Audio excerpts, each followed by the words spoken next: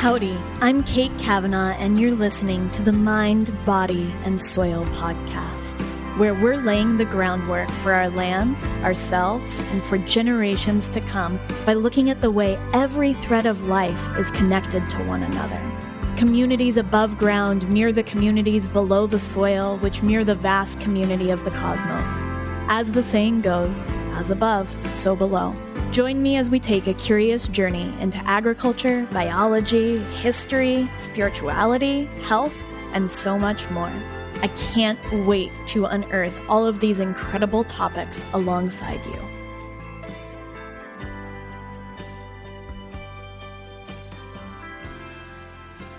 Hello and welcome to the Mind, Body, and Soil podcast, forever in the middle of a rebound to the groundwork podcast. I swear I will get there someday. Please send help. It is a pleasure to be here with you. I am your grateful host, Kate Kavanaugh, and I want to start this episode with a little note of gratitude and also acknowledgement. I am sure that you have noticed that it has been a while since my last episode.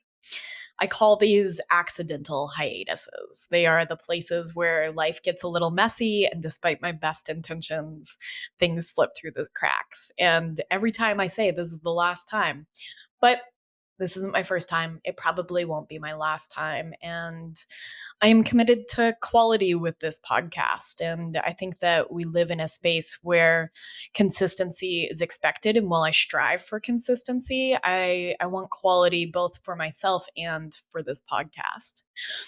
We are diving right back in with a conversation that I think feels more relevant and urgent than ever. And I have a bunch of episodes coming up. So I am back not just this week, but next week too. I want to dive into today's guest.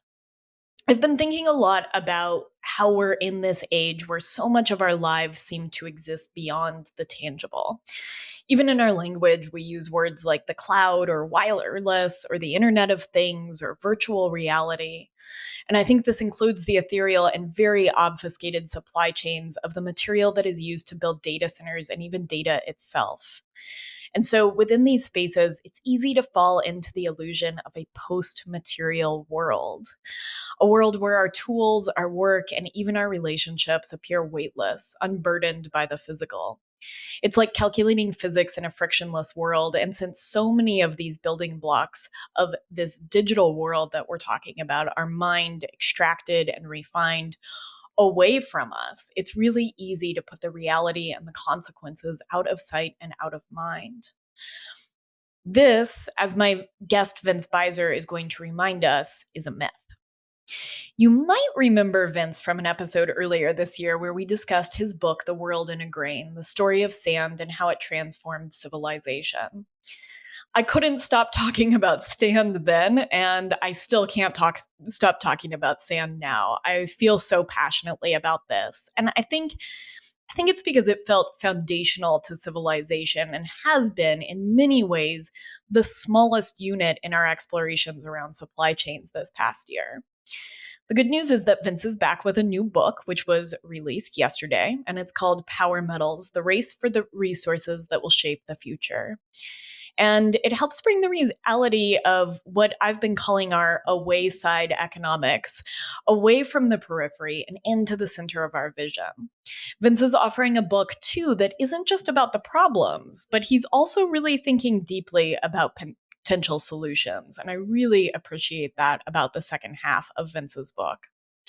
You know, over the course of the last year, we've looked at systems we view as intangible and how they rely entirely on materials mined from the earth with human labor.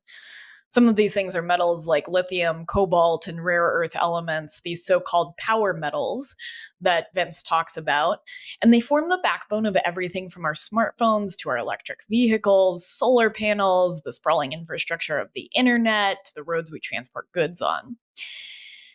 As Vince is going to remind us, it takes about 75 pounds of earth to make your approximately 4 3/4 ounce smartphone when all is said and done. And the number of hands that it passes through to get into yours is incalculable. And I've been thinking about that calculus. I've been thinking about how we calculate these things, about what it means to truly do this math and this cost accounting. Because while we often speak of externalities, which are those costs or benefits of a transaction that affect third parties and are not reflected in the price paid by those directly involved, and I mean this beyond just monetary price. And I think there are a lot of spaces where we're saying we're doing this cost accounting, but are we? Are we really seeing all of these costs? I come back to often there was a study that was done at West Jackson's Land Institute in Kansas called the Sunshine Study. And in it, they're calculating the kilojoules of energy from pretty much every aspect, down to mining the steel that is used to create the tractor to see how much energy this farm is using.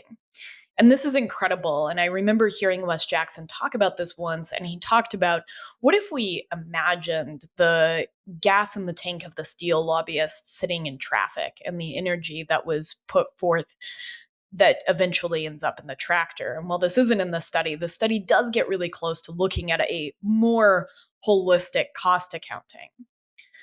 I think one of the problems here is that the language of externalities sets it apart as something external, right? It's an externality. And so it's external to these internal machinations of the machine of modernity. It's outside of our sight, it's outside of our consciousness, outside of our consideration. And I'm often reminded of a sort of Tim Morton-esque statement where the very existence of an outside, right, of an external space implies an inside that creates the outside itself. It's kind of a strange looping and recursive way of saying that there is no outside, just a stream of interconnection. And we are interconnected into this global and digital world that is anything but post-material. I think that externalities in this sense are the unaccounted for consequences that ripple through these systems unnoticed. We put a price on something and say, this is better than that. And I found myself asking, is it? Because I don't really know anymore. I found myself in these labyrinthine mazes of externalities and their long-term implications for the system as a whole. And I mean the whole system. The very fabric of our ecological, social, geopolitical, economic, everything about how we are connected into this earth and into one another landscape.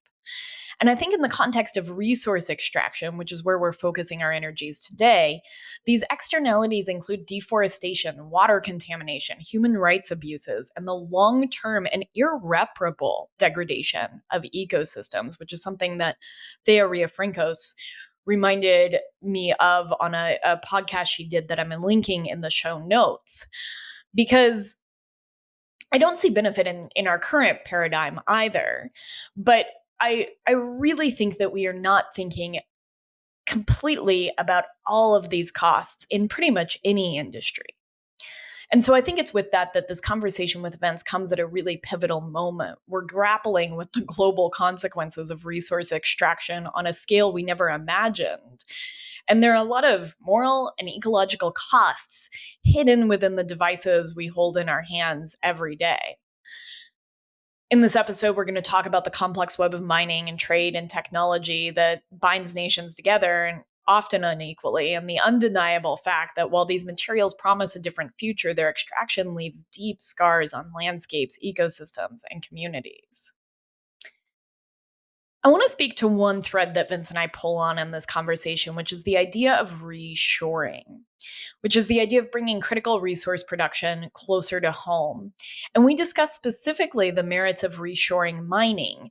And I remain supportive of the idea since this conversation, and actually just picked up a book called Homecoming that is very much about place-based economics and sort of bringing some of these things home. But I do want to add that on its surface, reshoring, I think, addresses many of the issues that we face. It reduces the global shipping costs and everything that it comes with that. It creates jobs. We regain some control over vital supply chains. And this is a really big one for me, we build awareness of the effects because we see them. because they are here. And then in turn, we get to reimagine how we might build this or just break it down completely and rebuild it for the future. But I think that when I dig deeper, the picture becomes a little bit more complicated because I have these questions like what happens when reshoring intersects with systems of exploitation like prison labor? And I think that some of what has happened at the Tyson poultry facility really illustrates that. And I also want to say, I would be the first to blithely proclaim, not in my backyard, if mining of critical minerals came to my town. And I think that's just the thing. If we don't want it here, then we shouldn't be passing it off somewhere else. We should be trying to rethink it altogether. And I know that that is a big ask. I want to mention again that the second half of Power Metals is focused heavily on solutions. And we talk about repair a good deal in this episode. And I have to give a brief shout out, number one, to the Fight to Repair newsletter on Substack, which I've also included in the show notes because it is incredible. I think how we reimagine our world has a lot to do with how we view repair, not just of things and not just of the systems that we've created and not just of supply chains, but also of our relationships with one another and with Earth. I was thinking this week that it's quite literally how we repair. I was thinking about this as I connected something to Bluetooth, of course, back in that post-material world of things traveling through the air, and I was pairing something. And I was like, oh, we have to repair. We have to re engage our rhythm and pairing with one another and the greater world as we're reimagining these systems that we feel so stuck in, that we feel so entrenched in. So we often say on this podcast, we need a new story for this. And I think that Vince is a part of exploring what that news story is. And so I'm honored to have Vince back on the podcast to dig into all of these kind of murky waters with me. These are not easy questions, but they are necessary ones. And I was so honored to explore them with Vince. I do want to give a quick shout out to our sponsor, Redmond Real Salt, whose mine I actually got to visit in October, and it feels really present as I explore this episode, just how much they are reimagining what a company, what a work environment, what a community might be.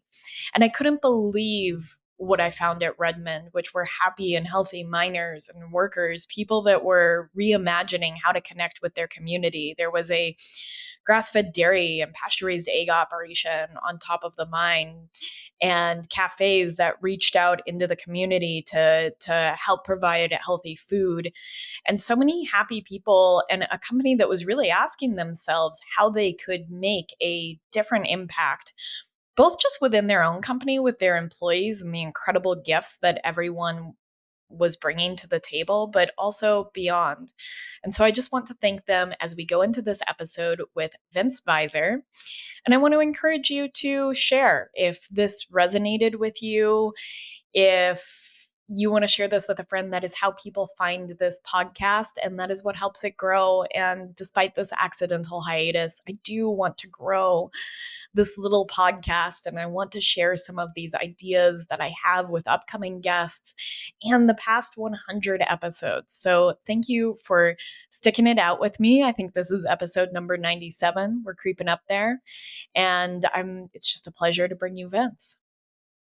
I mean, well, so to start, I cannot tell you how much I have talked about your first book, Sand, The World in a Grain, this year. It formed the foundation for a lot of subsequent conversations I ended up having on the show and outside of it. And so it's a delight to have you on to talk about power metals.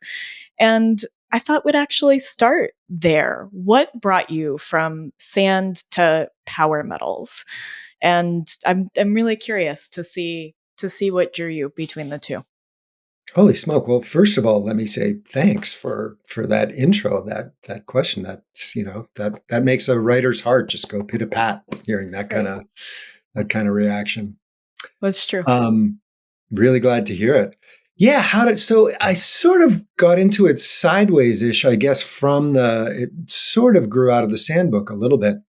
I mean, I spent all this time, the sand book was really, it's about this material that nobody ever thinks about that's so crucial to our lives, right? This thing that's sort of behind the scenes that makes everything possible. And of course, doing the research on that, it got me thinking and reading a lot about, other resources, other materials, all this stuff that like we never think about that's so, so important, the physical underpinnings of our world. Um, and then somewhere along the line, I got an electric car, decided we were going to switch over to get an electric car. And I felt all, good about myself. Like, yeah, oh, here I am doing my bit to save the planet, with my little Nissan Leaf. And then I started thinking, okay, well, what is this thing? How does it work? Actually, it's got this huge battery, right? They've got batteries like the size of, of like a picnic table, basically inside of them. And that's full of lithium and cobalt and nickel. Like I sort of knew the ingredients, but I was like, where do all these things come from? So I started looking into that a little bit, and sure enough, realized that just as with sand, like there's a whole story about the secret origins of the physical materials that make our lives possible. And I realized it's not just my Nissan Leaf, but basically all electric cars, and not only all electric cars, but all the machinery of the energy transition, solar panels, wind turbines. These things are great, but they are made out of materials. They're mostly made out of metals. And PS, also, all of our digital devices are made out of that same basket of metals for the most part, right? The computer that we're talking over and our phones and all the rest of it. It's about, a basket of about 6, 8 metals that we are consuming in just skyrocketing amounts to build all this stuff for our modern era. And that's causing huge problems, right? That we've got, we're bulldozing rainforests to the ground in Indonesia to get nickel, and there's children working in mines to get cobalt, forests in Africa, and on and on and on. And I realized, this is a huge story that's sort of being reported in bits and pieces here and there, but really like it would, I felt like I could do some good by sort of bringing it all together and putting it all in one place and getting that story out there. You do an incredible job of bringing it together and creating this arc, looking at a lot of these materials as well as the implications of what we might do next, some of which I hope to get to in this podcast. But I want to actually start a little bit with what you said about the unseen, right? These unseen underpinnings. I call them the ubiquitous and yet unseen underpinnings of our world, right? They are everywhere. They are omnipresent, and yet we don't see them. And you had a beautiful quote I just want to point at, where you had been spending some time with Steve in the scrapyard, and you said, I find myself looking at everything around me in a new way. I'm suddenly aware of all the metal everywhere, in rain gutters, bicycle chains, water pipes, trash cans, streetlight poles, and the cables inside those poles, fat with precious copper. Metal is like concrete, a material that is everywhere but that we don't see, either literally because it's concealed inside something else, or figuratively because we just take its presence for granted. But it nonetheless gives shape to our surroundings, underlies the physical structure of our urban environments. Metal permeates our personal lives too, in the tip of a ballpoint pen, in the button and rivets of a pair of jeans, in the handle of a dresser drawer. And I loved this because it did illustrate that it is, I think, in many ways, those things that we touch and interact with the most that we forget to see, that every time we turn on a light switch, copper is at play. Yeah. Yeah, absolutely. Yeah. Yeah, it was so eye-opening spending some time with this guy, Steve Nelson. He's a scrapper, meaning he's one of these guys that you might occasionally glimpse sort of scuttling around in the back alleys and digging through dumpsters and pulling out bits of metal that he then takes to a recycler, and that's how he makes his living. And once you start looking for it, you realize, this metal is absolutely everywhere. Yeah. And I thought a lot about food too in connection with this. It's a very similar thing, like how we're so completely disconnected from how our food gets to us, right? You go to the supermarket and there's a nice piece of beef on a, packaged up for you, or a banana, and you don't even know where that banana comes from. And it's the exact same story. Like, these things are just there in our lives, and we're so used to being able to go to the store and just get them without realizing that, to get for that thing to have arrived there required so much effort, so many human hands involved in it, Yes. so many industrial processes, so much transportation. It's kind of mind-boggling. It is, and it is really mind-boggling, and I think, and you know this, that food really opened up the door of supply chains for me, and this is what we've been looking at all year on the podcast is supply chains, because I think that exploring those hands and some of the ecosystems and industries and histories that they touch on is worthwhile. And I think especially, and to kind of move us in this direction, I think that as we come into what you call in the book the electro digital age, there's kind of this felt sense that maybe we're post material. And it's it's very far from the truth. And I think even in the language that we use, that things are stored in the cloud, that there's this digital age, right? We plug our electronics into the wall, where electricity comes in a way that feels as if by magic. The way that your Nissan Leaf runs feels almost like a strange sort of magic that's post material. And I think in the book you call these sort of untethered, dematerialized abstractions, but they're not. Their basis is very much in the real world and the materials that we are extracting from it. I hope you're enjoying this episode with Vince Beiser. Now feels like a great time to mention our sponsor, Redmond Real Salt. Back in October, I had the incredible opportunity to visit Redmond's mines. As we talk about mining in this episode, I can't help but compare and contrast these two stories, even though in honesty, they have very little to do with one another. Redmond Real Salt is in the heart of Utah, and it's there that I found a company that is reimagining how to build itself around the gifts of its employees and the abundance of the landscape and the communities that surround it. There was a mine with healthy and happy miners and a grass-fed dairy and pastured egg operation on top of the mine, and cafes focusing on healthy food in the community. And then they're selling salt across the country, both to consumers and to agricultural reasons. And all of this salt comes from an ancient seabed that has been protected from pollution over the millennia. All of this felt like an example of what is possible, and it made me prouder than ever to have such an aligned partner. I really believe that companies like this are how we begin to reimagine our impact. And that says nothing of their incredible salt, which has a really unique flavor owing to the 60 plus trace minerals in there. And to me, in many ways, this is the season of salt.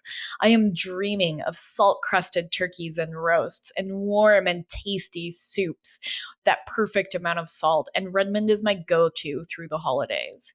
You can find their bulk 10 and 25-pound bags, their brine kits, and of course, their Relight hydration powder, which I am obsessed with. And you can do all of that and get 15% off by going to redmond.life and using the discount code mindbodysoil_15 for 15% off, or you can just hit the link in the show notes. Let's get back to our episode with Vince. Yeah, absolutely. Absolutely. I mean, this is sort of the great lie, or the great fantasy of the digital age, is that we're like freed from material constraints, right? And I remember there was a lot of talk about this, especially when the internet was first getting into gear, in sort of the 90s and 00s of, you know, that we're not going to need to consume as much, because everything's just going to be, abstract in the cloud. It's going to be all digital. Um, and you know, even the thing is, of course, underlying that, there's no internet, there is no digital world without a physical world to underlie it, to create it, to make it happen. The machines that you view it on, the pipes, the wiring that carries that traffic, and the data centers that it's all housed in. I was just looking today, the Washington Post has this great looking feature. It just went up today, all about data centers. right? Could there be a more boring sounding topic than data centers? I don't know. You've opened my eyes to this on your Substack. Oh, So thanks. it's not boring That's at good to all. hear. That's good to hear. Well, yeah, I mean, they're amazing, right? Because everything we do, when we talk about the cloud, I mean, you're absolutely right. Like most people, the whole idea, and I'm sure this is deliberate on the part of the tech Too. industry to talk about the cloud. It's just like it's just out there, up there in the sky somewhere, and it's not on the earth, and it has no weight on the earth, and you don't even have to think about it. Mm-mm. But the cloud isn't a cloud. The cloud is hundreds and thousands of these enormous, enormous data centers, which are basically just gigantic warehouses crammed to the gills with computer servers. Yeah. And these things take huge amounts of materials, metals to construct. They consume enormous amounts of energy. Yes. And um, and, water. and water, incredible amounts of water. um, and that has a huge impact. And that, of course, is growing by the day because AI, every one of these AI apps that we're using that are so cool, Chat GPT and the new iPhone that's got AI built into it, da da da da da, all those things, we can't see it, but they're very energy intensive. Yes. Every time if you use, there's the regular old fashioned Google search, and now they've got Gemini, this like AI sort of boosted search. Well, every time you use the AI version, it uses something like 3 or 4 times more energy. I had read 10. Could be. I It's mean, a lot more energy. Yeah, a lot more energy. I mean, I'm sure it depends on exactly what you query and where you are, but point is, it uses a lot more energy. And AI and the data centers that feed it are already, it's something like they already use as much energy as the country of Spain. Uh, Wow. it might not be the precise fact, but it's something very much on that scale. It's absolutely enormous, and it's growing all the time. And then again, well, where does that energy come from? Right? That energy is mostly coming from fossil fueled plants. It's still mostly coming from coal and natural gas fired plants. So that's, more and more carbon emissions.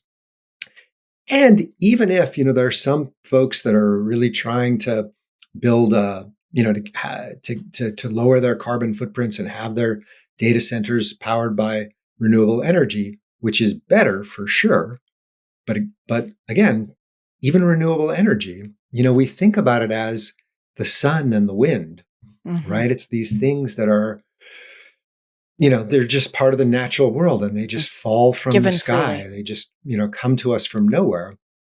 But they don't, right? The machines, we need machines to take that energy from the sun and to take that energy from the wind and turn it into electricity that we can use. And those machines need enormous, enormous amounts of metals and other infrastructure to make them happen. So there's a huge physical underpinning, underlayer to this, dematerialized digital world that so much of us move in, that we never see, we don't have to interact with, and most of us don't even know it's there. But Yeah. it's incredibly important.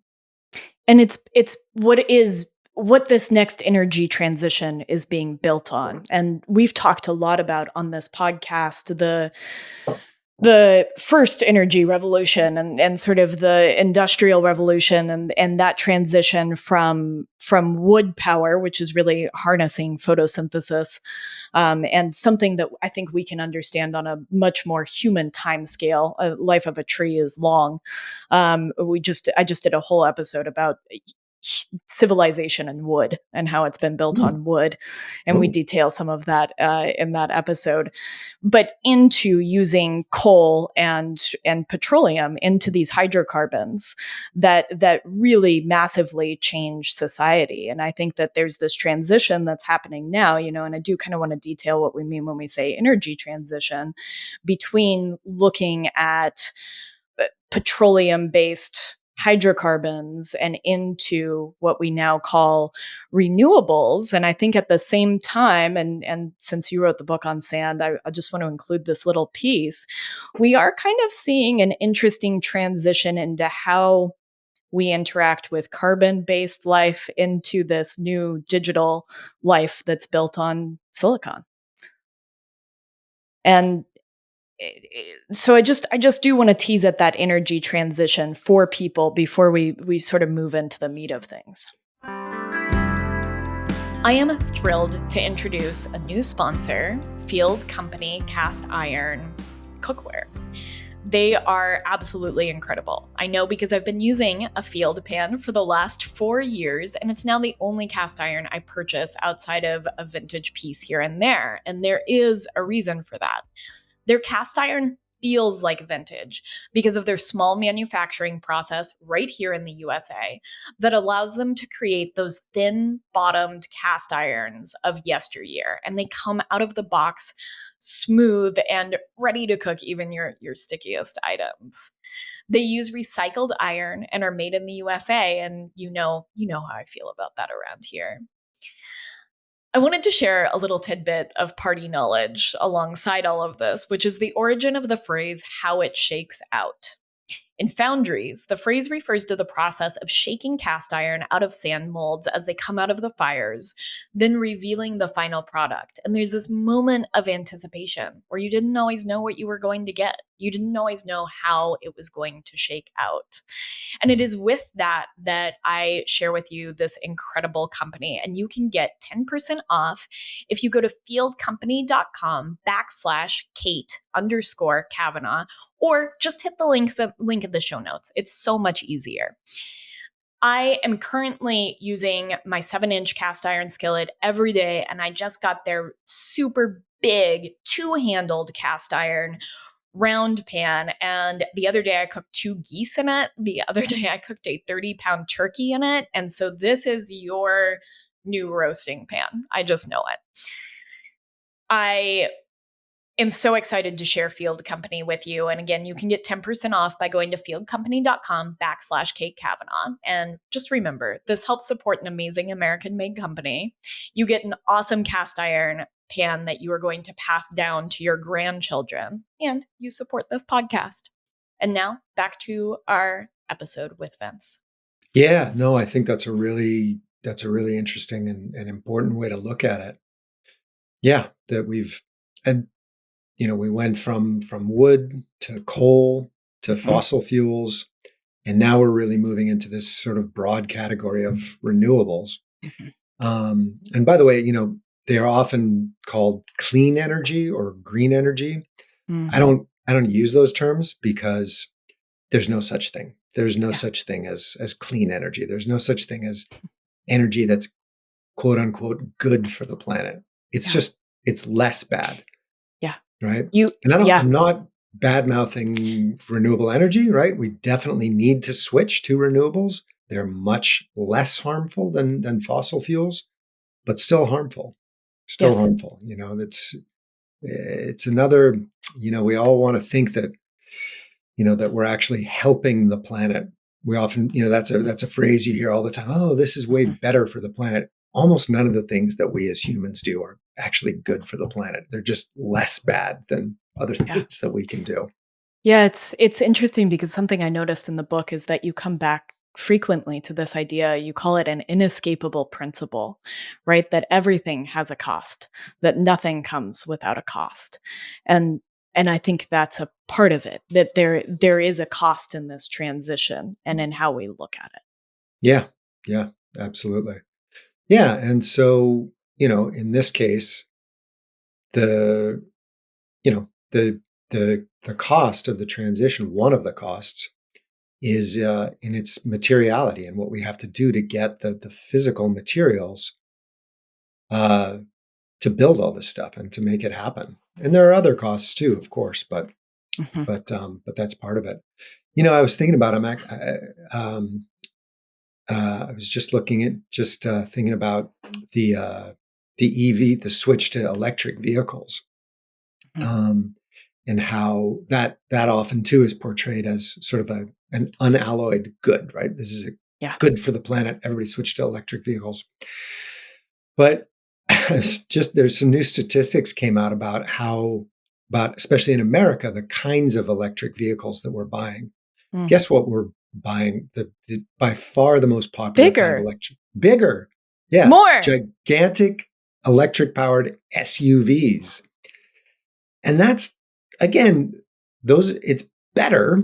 It's less harmful to have an electric SUV than it is to have a fossil fuel power SUV. There's nothing good for the planet about having an SUV, right? Those things they take an enormous amount of materials, way more metal, way more energy. Even if they run on renewable energy, they need lots more of it to run. And plus, they're incredibly dangerous, right? They're safer. There's just no question about this. There's tons of research that's been done. You, the driver, are safer in an SUV if you get in a crash. Whoever you hit is in much, much greater danger because they're so big and so heavy, especially if you hit, somebody who's not in a car. Yeah. They're incredibly lethal and incredibly dangerous. So that is not really like the idea that everybody's going to switch from gas powered SUVs to electric powered SUVs. I'm not super excited about that. It's better, but only a little bit better in my book. Yeah, absolutely. And I think that that's something that you really come back to is this is about reducing consumption in a lot of ways. Hmm. And it's not that more of a slightly better thing is better. It's about really considering our consumption in a real way. I wonder if we might talk a little bit about these materials.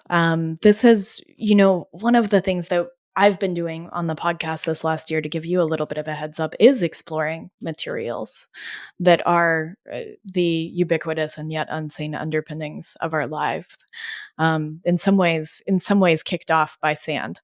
Sand was the first material we really dug into, but we've looked at wood and corn and cotton and I've looked a little bit at silicon and digging into some of these different pieces. And so I want to talk a little bit about some of the materials that are underpinning this, at least in some broad scopes, because you have some great stories about each of these individually. And I want to draw people into picking up the book and reading for these stories. But I would like to discuss the materials, especially some of the major players in metals and rare earth metals as well. Sure. Fire away. Where do you want to start? I actually think I want to start with rare earth metals. I think I want to start with the small and in some ways one of the reasons I want to do that and I'm flipping through my notes because you had this fantastic sentence. Um I want to talk about it because they're small both in terms of trying to pull them out of the earth and the amount of earth that we must extract in order to get at some of these 17 rare earths, but they're also very big in their impact. And you had this great sentence. You said rare earths are like vitamins or spices or yeast or LSD. They are used in tiny amounts but have major effects. And so I wonder if we might start with that kind of least common denominator. I also want to give a shout out to Bahai Grounded Footwear. You've heard me talk about them before, but now, after over 200 miles of hiking in their shoes, I can tell you these are not just shoes, they are an entire experience. Designed to keep you connected to the earth with their grounded technology, where electrons flow freely from the earth and into your body just as if you were barefoot, Bahai shoes have become my go-to for everything from morning hikes to long farm days. They're durable, they're comfortable, and I truly believe they've kept inflammation down through all of these miles. And I'll tell you what, in Utah, I hiked about 25 miles in 24 hours in them, and they held up to more scrambling than I expected, which brings me to my next point. I'm very excited because they start shipping their Rediscover hiking boots at the end of this month. Best part, you can get 10% off by going to Bahai, that's BAHE.co, and using the code KATE10 or hitting the link in the show notes. I'm so thrilled to have Bahai on board. They are incredible people. I got to speak with one of the founders, and I can't recommend their shoes enough. So now back to our interview. Sure. Yeah. So rare earths. Um, First of all, totally misnomer name. They're not actually rare, and they're not earths. They're they're metals. And you find them all throughout the Earth's crust. They're very commonly found throughout the Earth's crust, but the problem is that they're found in very, very small concentrations and really like scattered in amongst other metals, right? So if you think about, or other minerals altogether. So it's sort of like, like think of like grains of pepper in a meatball, right? There's not a, It's a great analogy. it's not hard to see that there's pepper in that meatball, but like it's only like little teeny flecks of pepper here and here and here and here and there throughout the meatball. So that makes it really hard. That makes them really hard to get at, even though, as I say, you can find them all over the place. Extracting them means that you have to dig up a whole lot of rock and then crush that rock down to separate out those grains of pepper. And then the problem is they often are bound together. So it's even harder than that, is you have to like separate the pepper into whatever chemicals it is that pepper is made up out of. So there are, so China has a huge rare earths industry that it has for a long time. The United States actually used to be the world's number one rare earths producer. And we've just recently reopened a great big mine in Southern California that's now already producing something like 15% of the world's rare earths. Yeah, they're really bizarre and fascinating things because they do really, really niche tasks for us, each one of them. So like you said, there's 17 of these different rare earth elements, and they're often clumped together. So where you find one, you usually find a dozen or more of the rest of them. And they do these hyper specific but very, very important things, like europium puts the red in your screen, right? So like I'm looking at the screen of the little red recording button that's on. That wouldn't be that red without europium, just tiny flecks of europium. Fascinating. In the screen, right? Yeah. There's another one called indium that makes it touch sensitive. That's part of what makes your touch screen touch sensitive. And again, just a few little flecks of this stuff mixed into the glass that makes up your screen. And on and on. I mean, there are literally hundreds and hundreds of uses like this, and it's across the spectrum. Digital technology, a lot of military applications.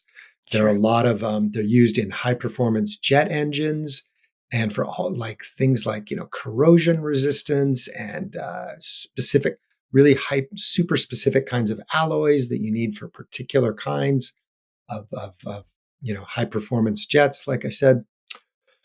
So we really need these things. They're super important. But probably the thing that where they really hit us the most right now is magnets. So there's a couple of rare earths, especially one called neodymium, that are the main components in something called permanent magnets. And permanent magnets are basically just really powerful magnets. Much more powerful than the kind you had in elementary school that you'd like pick up nails with and stuff. And they're the things that what they do is they convert motion into electricity and vice versa. So this is kind of the whole nub of a lot of renewable energy. So when a permanent magnet is what makes a wind turbine work. So the energy of wind, motion of wind hits a wind turbine blade, makes that turbine turn, creates motion. Permanent magnet converts that motion into electricity, sends it out into the grid. Your electric car also has a permanent magnet, also made of neodymium and rare earths inside of it. So your car soaks up that electricity into its battery and then hits the magnet with that electricity. And the magnet converts that electricity back into motion, makes the wheels in your car go. So it's crazy, right? Yeah. I mean, as you were sitting here explaining it, there's just a sense of awe that washed over me. I mean, we are incredibly we have a lot of innovation as humans, Yeah. and this just feels incredible. And here it is everywhere, and it is taking extraction. And this is something I wanted to tease at. Maybe first we'll hit a little bit of some of these bigger metals, and maybe we can talk a little bit about this piece through the lens of maybe copper, for example, which is so ubiquitous. But you mentioned something really important, which when we're talking about mining, there is extraction, but there is also processing and refining. And so there are these two pieces. And I know you mentioned the mine in California. I think it was that MP Materials. Yep. Yeah, MP Materials. And so they've really turned around this mine, and it's a great story in the book. But there still isn't that processing and refining piece. It is just that mining piece. And so we can talk a little bit about copper, but I also want to make sure that we touch a little bit on sort of the process of extraction itself, because I really am struck by just how much you got to pull up to find a little bit. Yeah. No, it's absolutely mind blowing. Yeah. So mining, the actual mining is, digging up uh, ore out of the earth, right? So, Yeah. but the target metal, whatever it is you're going after, is always just a tiny fraction Yeah. of all that rock and dirt that you're digging up. Um, geez, I should have these statistics off the top of my head, but Y- you look like you're about to rattle one You off on had a me. great one. You had a great one, which I think it was 75 pounds of ore of earth for your 4.5 ounce iPhone. There And you I go. thought that conversion rate put the realities in pretty stark terms. Yeah, it's pretty astonishing, eh? I mean, for one example, copper, which we can talk more about in a minute, the average typical grade of copper in ore is 0.5%, which means that half of 1% of all the rock you tear out of the ground is actually copper. So to get that, that's part of it, right? People always think about mining and the huge holes that we dig and all the waste that comes out of the actual process of digging, which is major. But also then, like you said, there are many, many steps. And in the case of something like rare earths, it's dozens and dozens of steps that you have to put those rocks through to get the metal that you want. You got to crush that rock down. You've got to, use chemicals or acid in a lot of cases to separate out. It's never a one step to separate out the metal that you want, like in the case of rare earths. So you've got, 100 tons of rock. You smash down that rock. And step one is to, maybe sort it and sift it or put it through a chemical bath. And out of that, you get, so you've got all this, you've got all these tailings, as they call them, all this waste material. And out of that, you get a concentrate, what they call a concentrate, which is, maybe 10, 15% rare earths that you Sure. want. Then you have to take it, put it through another process and another process and another process. Yeah. And again, in the case of rare earths, it's many, many, many steps before you wind up with, pure neodymium or whatever it was that you're after. And like you said, almost all of that happens in China. China is a super important part of this whole story. China Good. really Talk about this, dominates. because I think this geopolitical piece is important.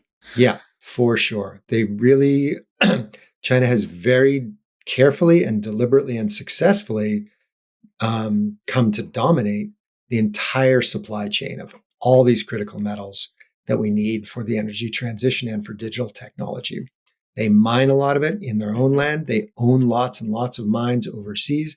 Mhm. And even if they don't own the mines, like in the case of MP Materials, the rare earth mine here in the United States, nobody in the United States can refine that stuff. Yeah. MP Materials, they do like a couple of steps, like sort of the first initial Sure. steps to start to concentrate it. But very quickly, they hit a wall and all of their stuff goes over to China to be processed, converted into rare earths, and then sold back to us to turn into, EVs or whatever the case may be.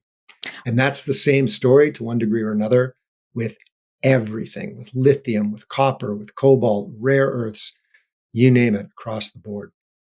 The same story that China is the space where those are predominantly being refined and processed. Yeah, Yeah, absolutely. Not only that, not only are they refining, processing, and creating those metals, the raw materials that become solar panels or wind turbines or electric vehicles. They also manufacture all yeah, those things. You know, they're the yeah, world's leading manufacturer of everything that we need for the energy transition: electric car batteries, solar panels, wind turbines, EVs, storage batteries, you name it. Every single piece of it is China is the majority player. yeah.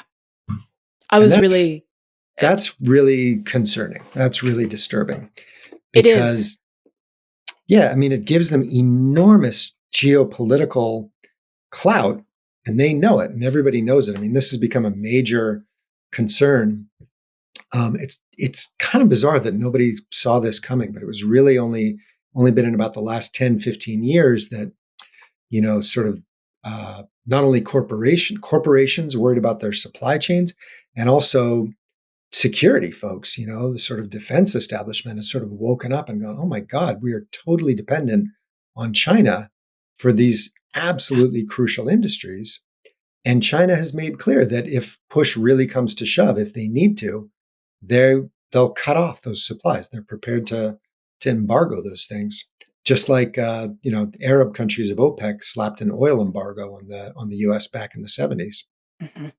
Well, I was actually struck. I was going to bring up the 70s because one of the things that I had thought about, was an opinion piece in the New York Times back in July talking about reshoring mining here in America. And I thought it was very interesting. We talk about reshoring manufacturing a lot here in America, but reshoring mining wasn't something that I had considered. And then I was reading about MP materials. I was struck that we have, and I think there are 100 lithium mines that they're sort of prospecting in the US West alone right now. And so there is a lot of talk about reshoring mining, which is interesting because here at home we can see the environmental impacts, which we haven't touched on yet. And we can talk about the labor associated with them and maybe work to have this be the best that it can be, again with these costs. But you had brought up in the book that it was actually Nixon, of all people, that created the Environmental Protection Agency, which I didn't know, in this sort of patriotic bid to keep America beautiful. And that it was at that time then that a lot of, and you call this sort of the dirty work, gets pushed over to China of both the mining but also the processing and refining. And there are many different reasons for that I mean we could be here for hours unpacking some of that. But I was really struck by that and by how insecure we are in different ways, but also how little we see. And again, I think, to come back to that unseen piece, this is a very different proposition when it's something that we bear witness to, when it happens on our shores. Yeah, no, it's a fascinating thing. I mean, who that bit about Nixon in particular, I was like, wow. Yeah. It really took me by surprise. Yeah, I'll Um, tell you, man, the Republicans back then are not the Republicans of today. no, no, not at all. But I thought it was interesting that during that time, it is the dirty work, these things that weren't keeping America beautiful, right? These things that we don't want to see. And I think that is, as I look at mining, that this is an irreversible process, right? Like, you can remediate it, but you can't really reverse it. Once you've opened this up, it is open, and it has all of these many dozens of steps that have a lot of costs associated with them, environmental, social. Yeah. And I actually think it's a good argument. This is gonna sound crazy to some of your listeners, I'm sure. But I do think we should get back to do more mining in the US and Canada. I do too. All right. We We see are eye on to the same eye. page. So Yeah. if you want to talk about that a little bit more about why that's your thought, I'm happy to dive in there with you. Yeah, well, a couple of reasons. I mean, one is just from a straight, security standpoint. Like, I don't like the idea. I think it's super scary that we're dependent on China, which is not a friendly country, Yeah. for all this stuff that we really, really need. Like, we really need to have access to be able to count on where we can get these metals. That's number one. And number two, it's just fundamentally wrong for us to keep shoving off, not in my backyarding everything, right? Like, every time you say, you know, every time you say no to something like a mine for a metal that we need, like copper, any of these things that we're talking about, part of what you're saying implicitly is go do it somewhere else, right? Like, yeah, we need this stuff, but I don't want it, in my backyard. And that's, not to downplay, folks' concerns about how, a mine or a processing plant or whatever is Totally. going to impact their water or their air or their property values. Those are real concerns for Yes. sure. But somebody is going to have to pay those concerns. And Yes. right now, we're just dumping all of that on folks in, Indonesia and Mexico and Brazil and places where, environmental rules and regulations tend to be much less strict. Worker protections are not nearly as good. And just the ability of, ordinary citizens to like have their complaints heard is usually not as strong. Whereas in the US, we've got much stronger rules, laws, environmental laws on the books, labor laws on the books. We've got, way more democratic processes where folks can get out and make their concerns heard. Um, that which is great in the sense that, really we can, if you operate a mine or a plant here, it's not going to be pretty, but it's No. going to be much less bad. It's going to be less bad for the planet and for people than one in, Zaire or wherever. Yes. I mean, I couldn't agree more. I think it's hard to, it's funny. I live in a slate quarrying area, right? So Oh yeah. slate has been quarried where I live for a long time, and I live outside of one of the country's first marble quarries. And so just sort of seeing just a little peek of what that looks like. But I really think that when we see something, then our relationship to that thing and that industry begins to change. And I could not agree with you more that we see the environmental externalities, can better advocate for them. We see the worker externalities and can better advocate for them. And it connects us to the process, just like when you drive by a concentrated animal feeding operation or a farm, that better informs where your food might be coming from, right? And that can look a lot of different ways. But I think that when you begin to see that, and then you go, okay, well, I have this phone, maybe it changes a little bit of your relationship to that thing, which, and I don't want to downplay, I think that this is really complex. Like, this is an incredibly complex issue with a lot of different things, and then the security piece as well. So you and I are on the same page. All right. Good to be here. Good to be here. Good to Good be to be here. on this page. Good to be on this page. Yeah, and so I think that reshoring is a really interesting prospect, especially as some of these things are here. And I just want to briefly, oh, we're tight on time. I want to briefly just touch on perhaps let's tug at copper, just because I think that it's so critical to the energy transition and it's so abundant. I think in the book you say that in the next, I don't remember exactly what it was, in the next 20 years, we need as much copper as we've used in all of human history. Yeah. That's a mind blower, eh? Yeah. Yeah, that was stunning.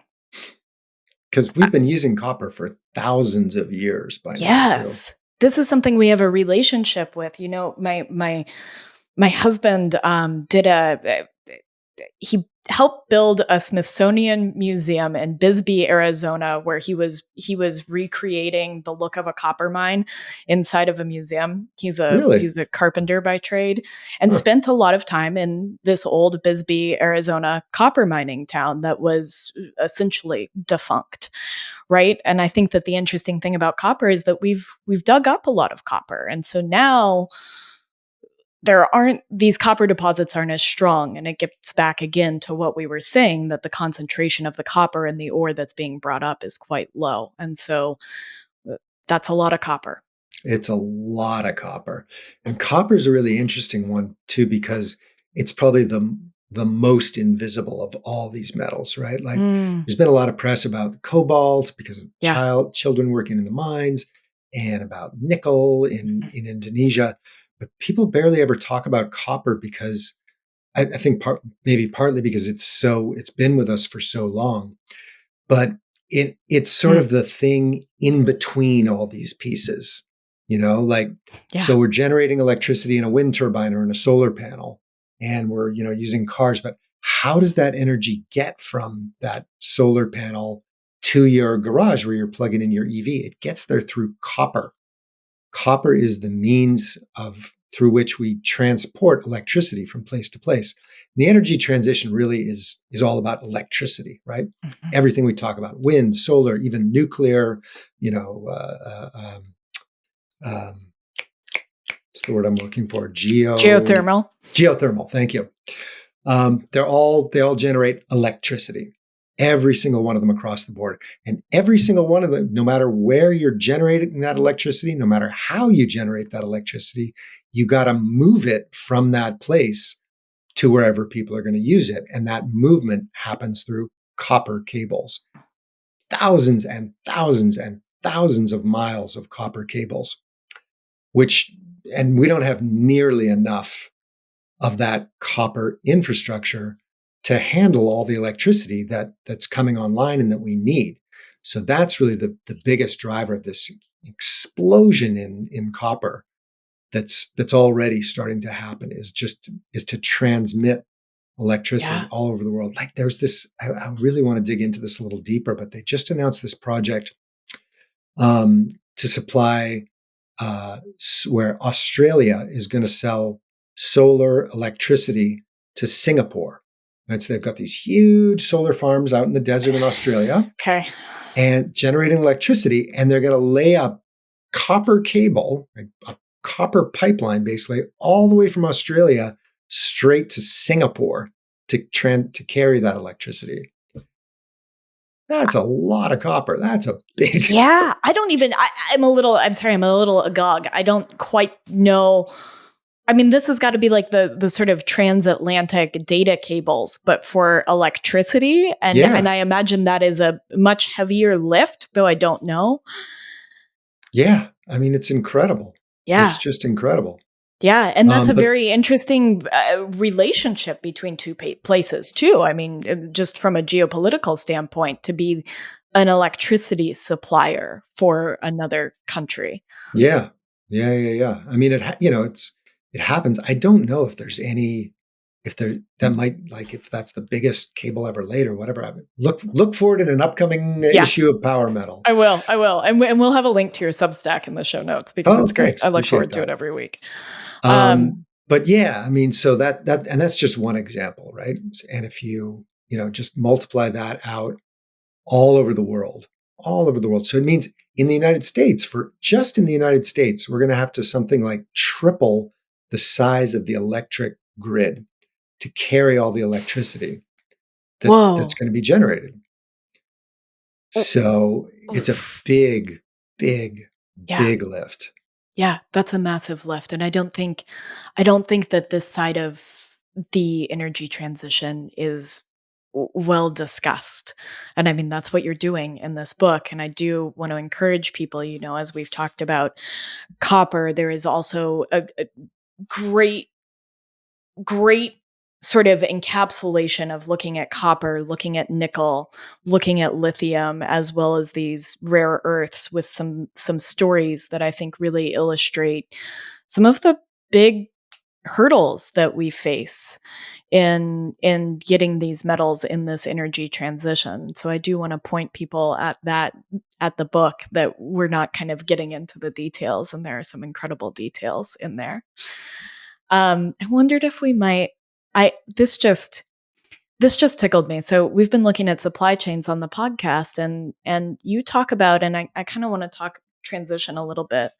You talk about reverse supply chains. And first of all, I don't think I had heard that term. And then you had this just really fantastic bit of prose that I want to read back to you, if that's all right.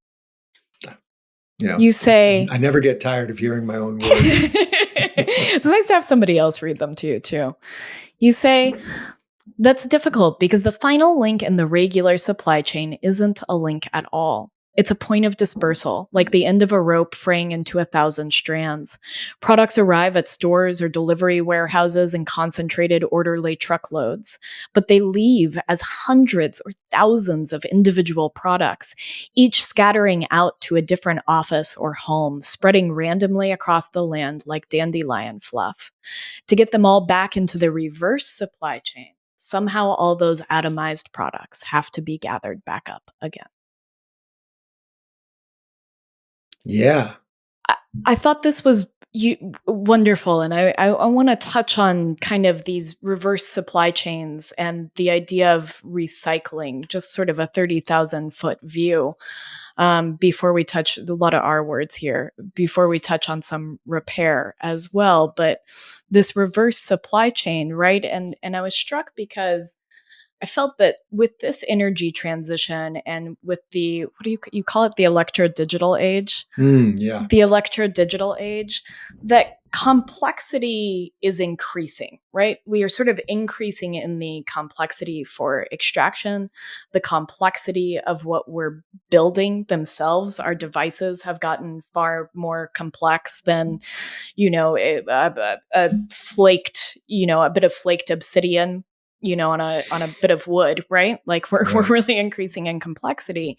And these supply chains, these global networks of supply chains, are incredibly complex as well. And we've just gotten this tiny sliver of it here on this podcast, where things go back and forth all across the world. And it's important to remember, and we've talked about this on the podcast, that in between there is shipping and trucking and all of the moving of these things hither and yon.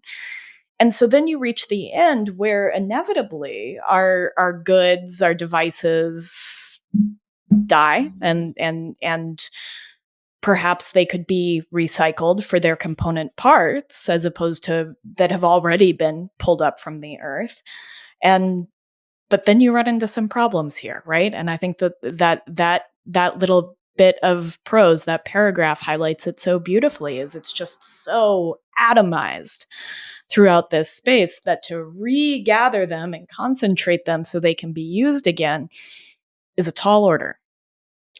Yeah. Yeah. Well, first, again, thanks for your lovely words. I should really I feel like I should, call you up every day just to get a little affirmation. I mean, that's what I like to do. It's nice to have your work be seen.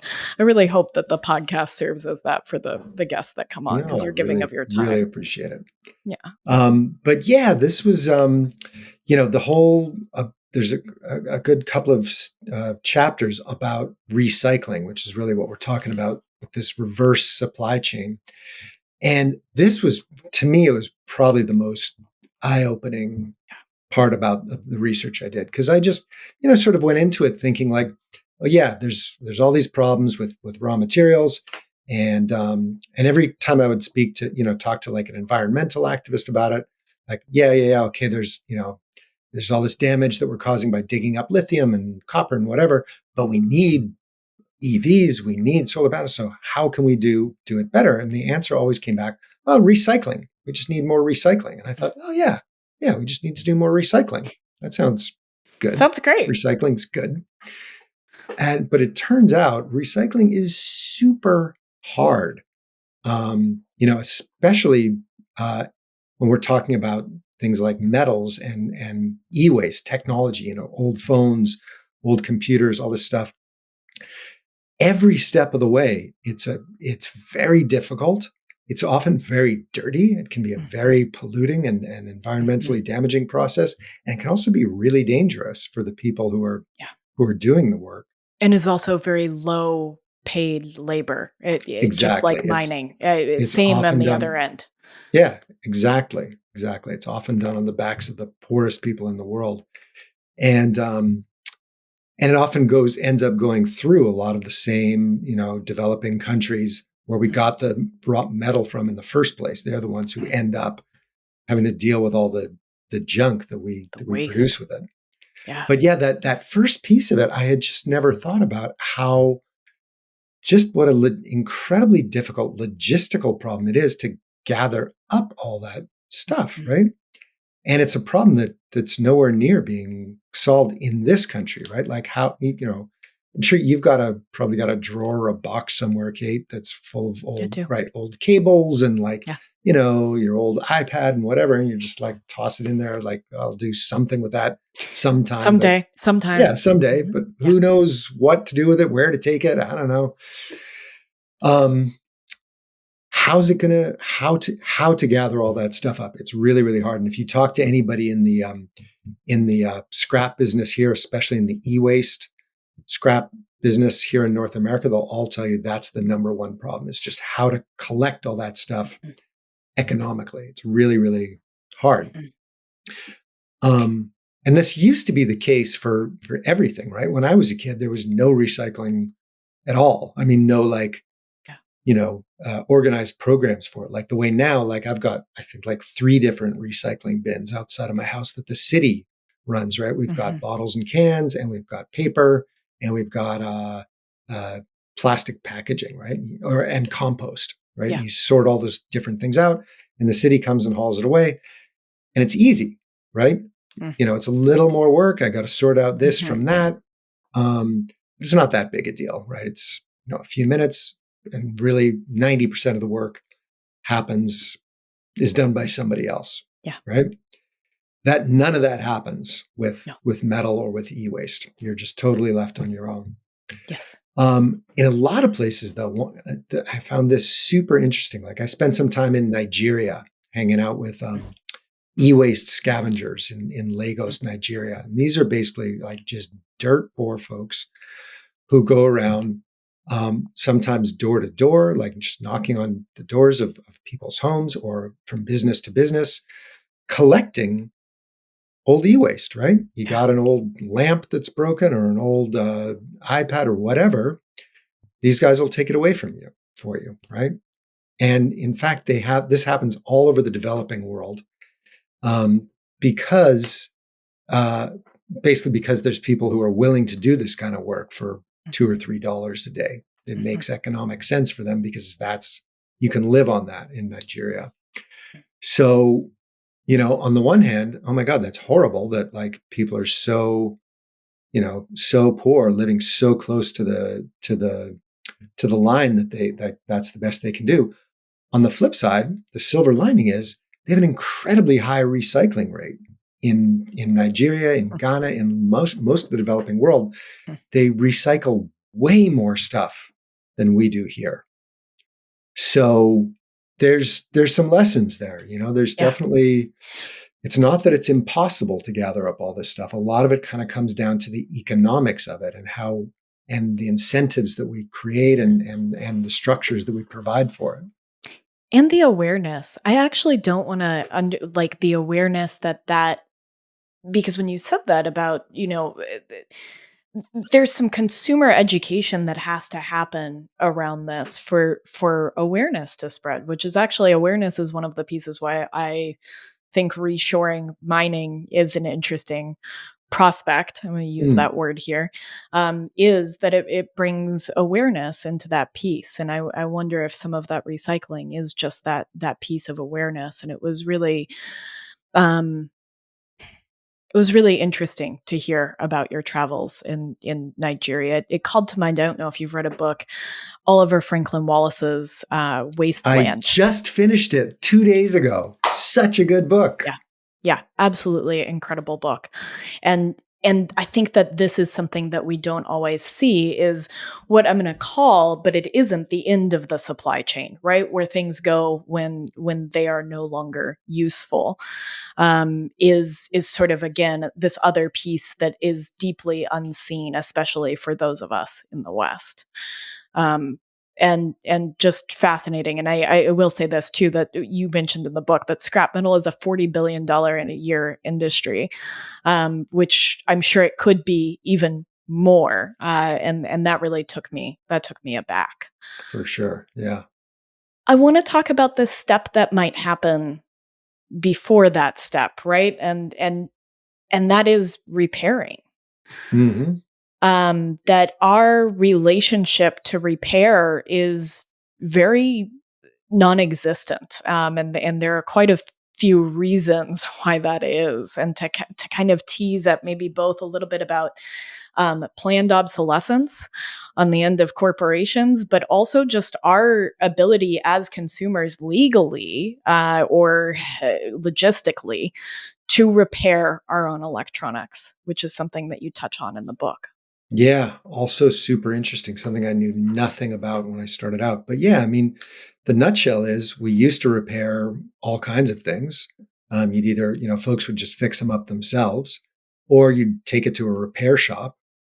And now we fix almost nothing, right? I mean, I don't know how many times I've had this experience. I'm sure you have too. Like whatever your your dust buster breaks and stops working, and you take it to the store, and the guy's like, "Oh, it'll be cheaper to just get a new one." Mhm. Right? You hear that all the time, Yeah. This is especially why if. it's funny you mentioned dustbusters. I spent a long time researching the vacuum I ended up buying a couple of years ago on Buy Oh It yeah. for Life Reddit threads, Uh-huh. because I am very interested in being able to repair things. But that is not commonplace, and it used to be. I remember going to the vacuum repair store with my mom as a kid. Hmm. Yeah, or the TV repairman, Yeah, or the Maytag. I don't know if you remember the Maytag, like the Maytag washing machines. The Maytag repairman was their like, he was their Tony the Tiger. He was yeah, their like commercial avatar. Like you just the nobody does that repairman. anymore, No, right? Not nobody, but way fewer people. There are way fewer way fewer people. repair shops, and the average person just doesn't have the fix-it skills that No. our grandparents did. And it turns out a lot of that is deliberate, right? It is not accidental at all, especially when it comes to electronics. The industry has explicitly and deliberately made their things difficult to repair, um, and and often they try to scare you out of repairing them, right? Like you Mhm, see these signs saying like, if you open this, you void your mhm, warranty. If you take off this panel, terrible things are going to happen, right? mhm. Dangerous. It's dangerous, or you lose your warranty. All this kind of stuff. Um, it's not an accident, right? They do it on purpose, or uh, they'll make their products in such a way that you need specialized tools to open them up, right? Like I've got a MacBook. You can't open a MacBook with a regular screwdriver. You need to No. buy these special pentalobe 5-sided screwdrivers, right? Again, not an accident. Yeah. Or they'll use a lot of glue instead of screws, so that you have to basically you can't separate out the glue. You've got to take the whole piece out and replace it with a brand new piece, or Yeah. probably, you know, better yet, just buy a brand new one. Um, so yeah, I interviewed this guy, Kyle Weens, who runs an outfit called iFixit, which is a fantastic organization, and they are dedicated to like putting the ability to repair back into people's hands. And they do it a couple of ways. One is he sort of found out about this when he tried to repair his own MacBook, and found that he just couldn't, right? His tools didn't work, and he couldn't find manuals Mhm. for how to do it. And again, turns out this is deliberate. Like Apple does not distribute the manuals, the instructions, the information that you need, Mhm. and they also don't make the parts available. Right? The No. only way until very recently that you could get them fixed was to go to an authorized Apple repair person, which charge a lot more money, of course, and are very prone to telling you, you might as well just get a new one. Mm-hmm. Mm-hmm. So he's basically like, so they set up iFixit. He eventually figured out, just sort of like, trial and errored his way into fixing what was wrong with his computer. And he set up this organization, iFixit, where people post hundreds and hundreds and hundreds of videos and guides to how to fix your thing. Everything you can think of, any kind of electronic gadget, from like a table lamp to an espresso maker to a lawnmower to a laptop. And it's great. And they put all the information up there, and they got videos that'll walk you through it. They make their money they will also sell you tools that you need to do it, and parts. They supply a lot of parts that can be really hard to get by. But also, what's really important is they've done a lot of lobbying to try to push these right to repair laws. Yes. So, like I said, a lot of companies very deliberately, they don't make their parts available. You cannot buy their parts as a just regular consumer, and you cannot get their manuals. So it makes it almost impossible to repair their things.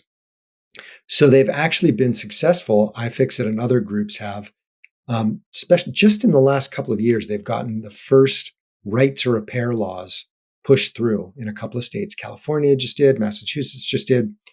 And basically what those laws do is they force the manufacturers to make those things available, to make the information available, tools available, the parts available, so that people can fix their own stuff, which is so important for so many reasons, right? A, it's cheaper, right? It's almost always cheaper to fix something than to buy a new one. Yes. If you're the consumer.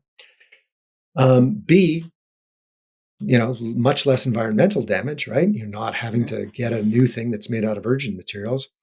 And C, I just think it's good for your head. It's just good for people to be able to take care of their things rather than being constantly in this mindset of like, it broke, I'll throw it away and get a new one. Yes. You know what I mean? Like, yeah, I think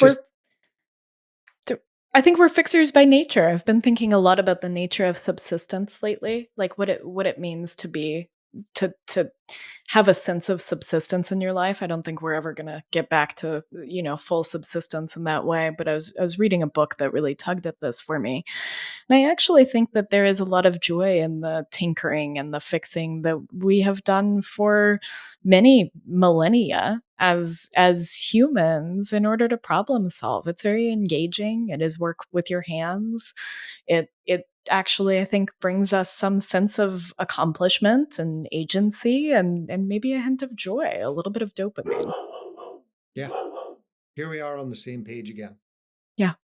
Yeah, I think that's really important. I want to, as we begin to wrap up, and Roxy has things to say, which I think is She always important. has things to We want to say. give her a I voice on the apologize. podcast too. Don't at all. We've had many dogs make appearances on the podcast, so I just wanted to make sure we had her name and people could enjoy her. I want to talk a little bit about.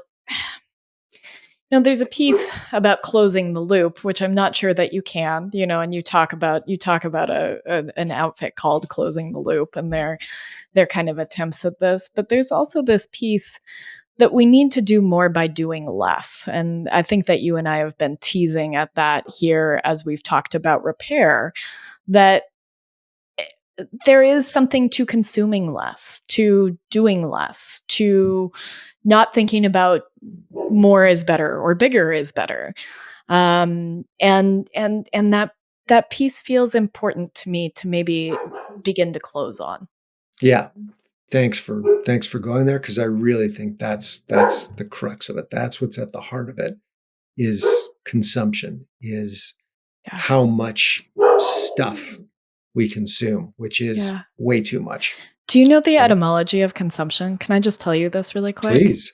I have the exact somewhere in here, but it is to break apart the whole in a way that it cannot be rendered whole again. Let me have Hmm. these notes somewhere, and I think it's really interesting. To destroy by separating into parts which cannot be reunited, as by burning or eating. Huh. Interesting. Like a fire consumes fuel.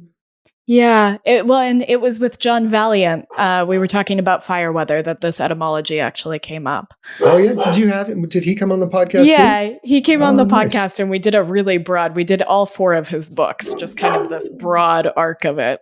Wow. Um, Right on. and I I just think saw him speak a couple of days ago and over here in Vancouver. He's so good. he's so great. But I think that that really says something, right? Especially as we talk about mining and the eating of all of these little parts, right, to consume. And as we talk about the atomization of things it's hard to regather them into their component materials. That if we think about our consumption, that might be a good place to start. Yeah, totally agree. And also, I mean, that's the thing that's really driving so many of our environmental problems and many of our other problems is just that we're like we just take in too much.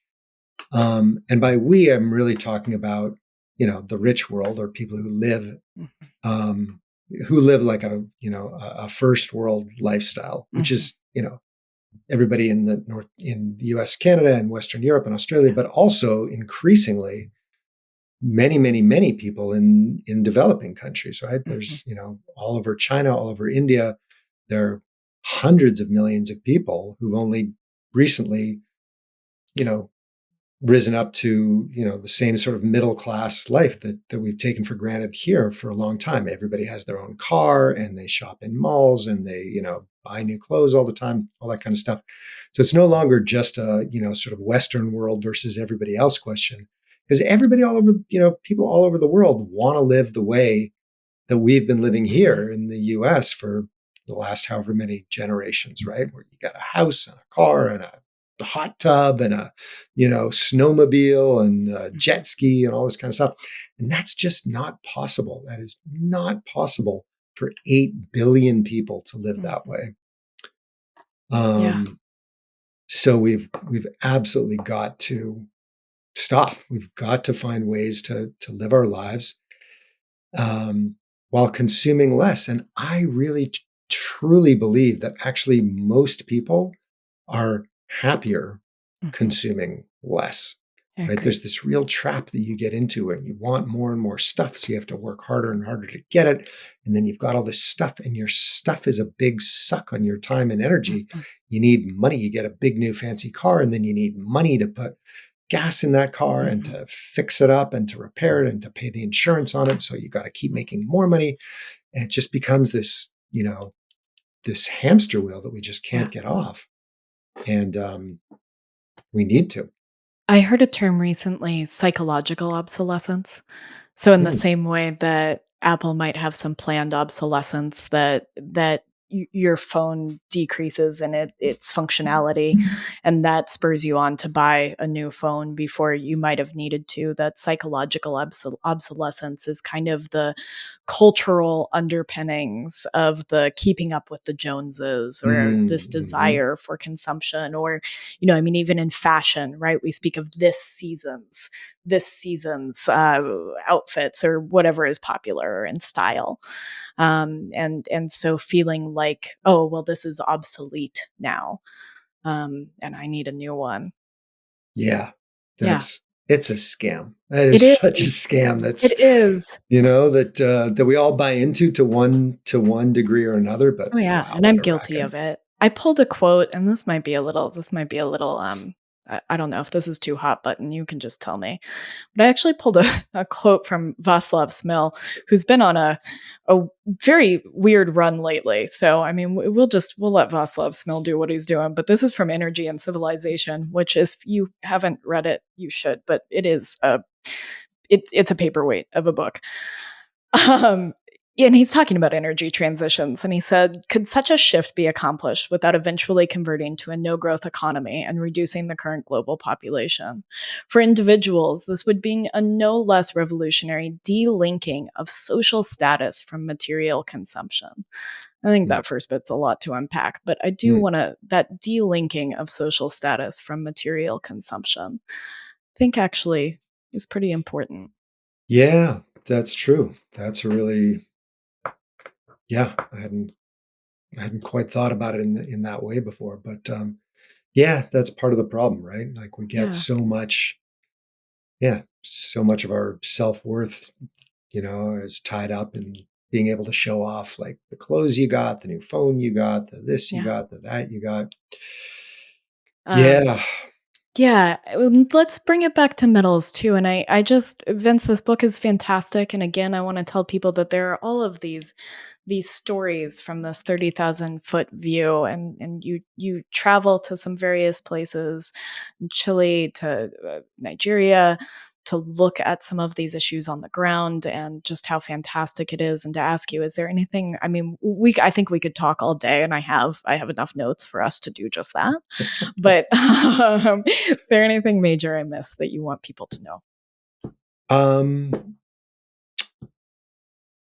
here's what I have to say. I think here's Yeah. the note I'd like to leave it on is I don't want people to hear about this book or to read this book and come away thinking, oh my God, another, we're just doomed, right? No matter what we Mm, do, it's terrible for the planet and we're exploiting people. And here's just another bummer book about how we're wrecking everything.